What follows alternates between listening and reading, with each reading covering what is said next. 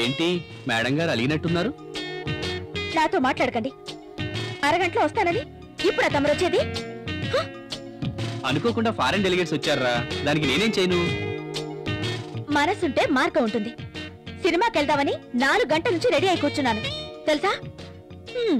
ఇంకెప్పుడు ఇలా జరగదు. సారీరా. I'm very very very very sorry. ఒట్టి సారీ చెప్తే సరిపోతుందా? మరి ఇంకేం చేయమంటారో చెప్పండి మేడం. ఇంకెప్పుడు ఇలా చేయనని నా కాళ్ళు పట్టుకుని సారీ చెప్పండి.